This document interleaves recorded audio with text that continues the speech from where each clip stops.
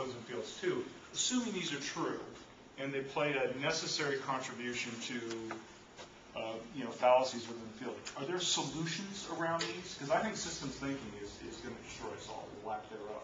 So is that something you're going to talk about in here as ways around? Excellent. Yeah, these are the same things that would apply to any other kind of innovation, but we are emphasizing it here because when frequently people talk about sustainability innovation, they forget the fact that that's for consumers or for somebody who's going to buy them. They get involved in the details of can I pick this chemical over that one because that's more sustainable or that's more green. So what I want to emphasize here is a kind of a different view from where you're coming, that if you're thinking about sustainability, you have to keep this in mind, which is similar to what other design people would go. My business doesn't have consumers. As consumers. Which are internal or external. If you don't, then you don't have a job. Well, okay. But I'm not putting my product on the shelf in the grocery store. Okay? Yes. Let's turn that around. I clearly have customers. Right. But go ahead.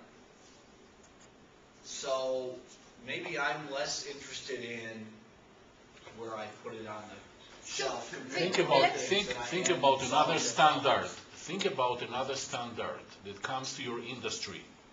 Think about another constraint.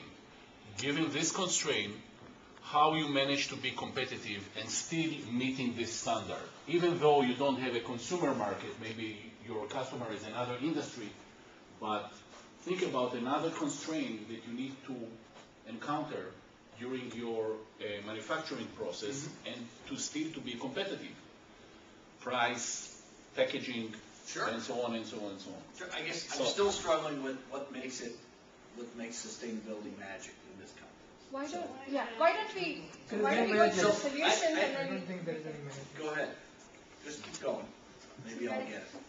Because I do think that's where the differentiation comes out. So you have these categories, and then you're going to say, okay, for each of these areas, when we look at sustainability, sustainable innovations in terms of this particular definition, you'll see different solution sets which come out. How do you get people to think systematically in this field? Your point about the shipping water bottles around, right? How did they think differently about that? How did they come to that conclusion? And then the next thing, why did they think about the marketing impact on it, the sales impact in the store, and then taking that to the next level and the next level. So if you solve that problem or you have solutions, I think that would help a lot of people in general, and specifically in this field, I think it would be interesting to see. Yeah. What we have is we've got a framework, like all consultants do.